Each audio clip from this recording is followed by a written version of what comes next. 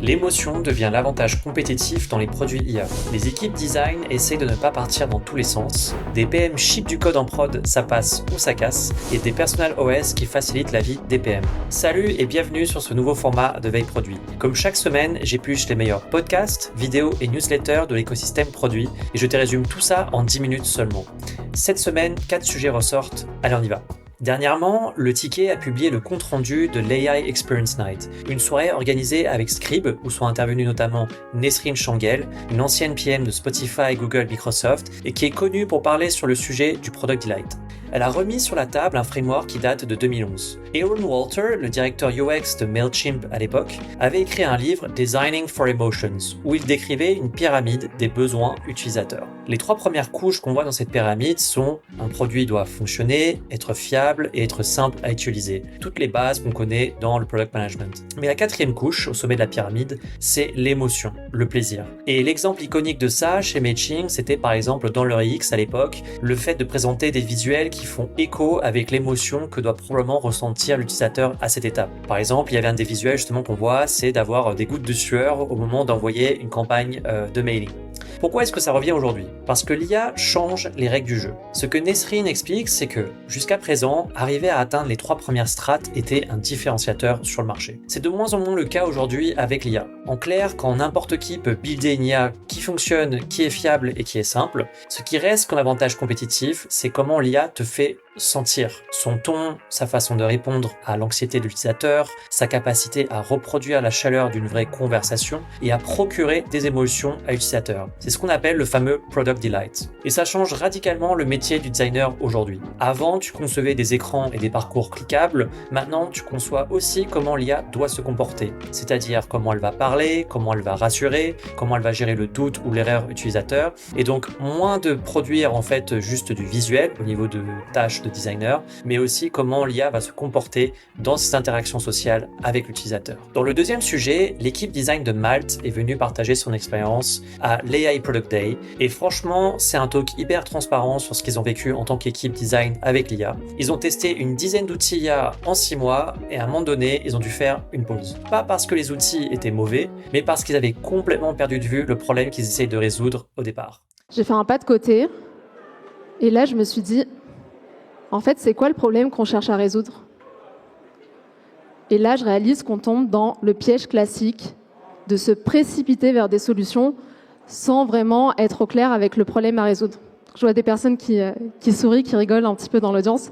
J'imagine que vous reconnaissez. C'est assez ironique, effectivement. Ça dit quelque chose sur la surstimulation que crée cet écosystème d'IA. On a parfois très envie d'aller tester des nouveaux outils IA, des nouveaux modèles qu'on a entendu parler sur les réseaux sociaux, et on se rend compte que ces fameuses 5 minutes qu'on voulait se réserver pour aller explorer ces choses deviennent en réalité 1 heure d'exploration à la fin. Donc beaucoup de temps perdu. Leur solution qu'ils ont fait, afin de contrôler ce chaos et éviter les divergences dans l'équipe, c'est de faire une user research non pas sur leurs produits, mais sur leur propre équipe. C'est-à-dire tout leur process de travail, les interviews, observations, mapping du process design, etc.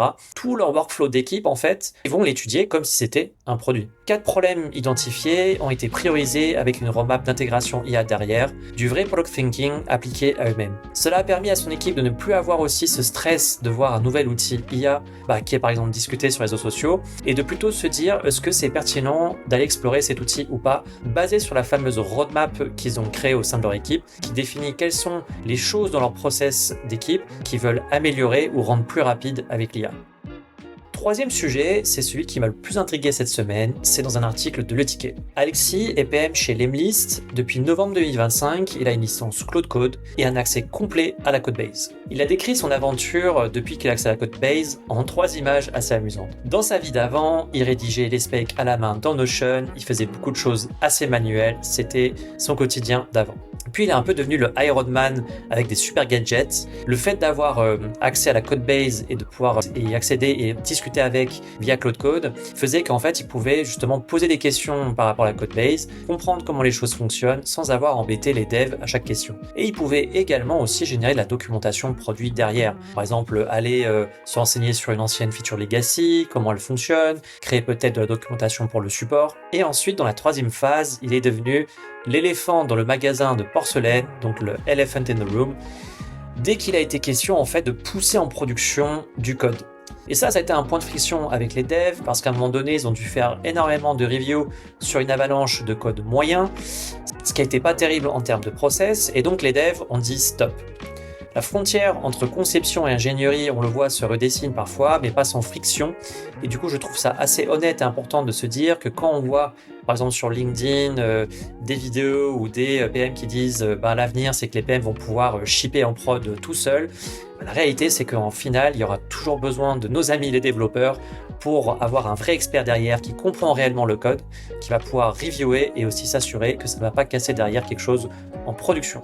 Quatrième sujet, et c'est celui que j'ai trouvé le plus actionnable, il y a une tendance qui émerge chez certains PM, VP ou même CEO en 2026, c'est de ne pas utiliser l'IA juste ponctuellement, c'est aussi d'utiliser l'IA comme un système personnel, c'est-à-dire ce qu'on appelle un personal OS, qui va pouvoir gérer le contexte, les parties prenantes et la productivité de manière structurée et automatisée. J'ai 2 exemples dans ma veille à vous montrer cette semaine. On a Lucas Cerdan, senior PM chez Samsara. Lucas a plus de 15 ans d'expérience, il est co-créateur de la ProduConf et il a construit son personal OS pendant son congé paternité, quand il a réalisé que tout allait s'accélérer à son retour. Son outil central qu'il utilise, c'est Cursor, qui est branché à ses outils du quotidien via des MCP. Donc les MCP, c'est ces fameux branchements qu'on peut faire entre une IA et des outils comme Notion, Canva, Drive, etc. Ce qui m'a le plus frappé, c'est son projet, le Team Radar. Dans sa boîte où ils sont une centaine de personnes, il a créé un agent qui scanne chaque semaine ce que toute l'équipe produit publie dans un repo GitHub partagé. Et ça lui remonte les synergies, les conflits, les choses qu'il devrait savoir. En clair, l'agent fait pour lui quelque chose qu'aucun humain ne pourrait faire. L'agent est capable de lire en continu l'output de 700 personnes en R&D et lui signaler ce qui est pertinent pour lui de savoir. Et la limite qu'il identifie clairement, c'est qu'il arrive à déléguer le contexte opérationnel à l'IA. Par contre, garder le sens politique et la lecture des relations humaines, ça, l'IA ne le capte pas encore. Et donc, c'est Lucas qui doit le faire à la place de l'IA. Dans le deuxième exemple, on a Matthew Wensing, VP Product chez Customer.io, qui a été interviewé récemment dans le podcast de Akash Gupta. Il dit qu'il prépare chaque semaine sa présentation pour le All Hands Meeting. Le All Hands Meeting, c'est cette réunion où toute la boîte se réunit une fois par semaine pour que chaque département ou même le CEO partage les avancements de la boîte, l'actualité, qu'est-ce qui a été fait la semaine dernière et où vont se mettre les nouvelles actions désormais cette semaine. Et donc, habituellement, il préparait cette présentation. Ça lui prenait beaucoup de temps pour parler de toute la partie, justement, news update côté produit. Et heureusement, maintenant, avec Claude, il arrive à le faire en 1 heure ou 2. Et donc ça, c'est parce qu'en fait, Claude a accès à tous ses meetings, toutes ses notes, tous ses documents, donc son contexte, toutes ses connaissances. Donc ça, c'est le premier avantage. Mais à un moment donné, il a eu un problème. C'est que souvent, l'IA, donc Claude, allait générer ce qu'on appelle du AI slop. Le AI slop, c'est quand la qualité d'un texte parfois ne fait pas trop de sens ou n'est pas assez fluide, ou alors il y a des mini-hallucinations, et donc ça va rendre un contenu de mauvaise qualité.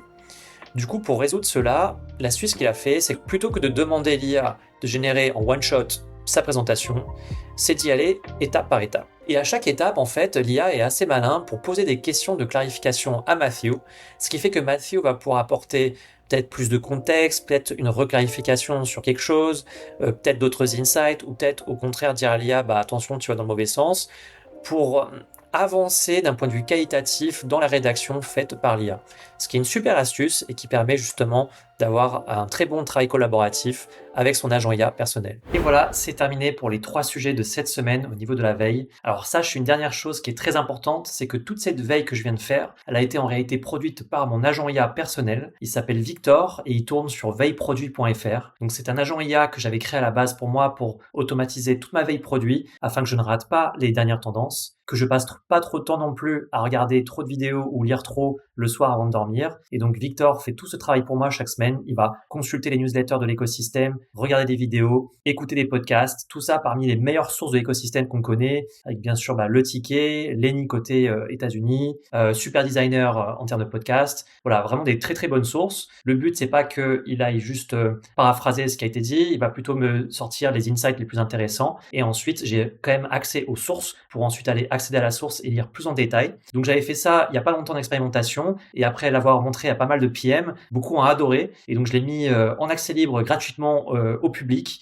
aux confrères et aux consoeurs. Donc, si vous voulez aller l'utiliser par vous-même et vous abonner, vous pouvez donc paramétrer Victor pour qu'il puisse faire la veille pour vous, la veille produit. Et donc, il est accessible depuis veilleproduit.fr. N'hésitez pas. Et dernière chose, surtout, si jamais vous avez aimé ce format vidéo de veille produit, n'hésitez pas à mettre un like, de s'abonner et le partager à vos collègues. Si je vois que ça grossit, dans ce cas-là, je vais mettre doublement d'efforts là-dessus. Merci beaucoup et bonne semaine à tous.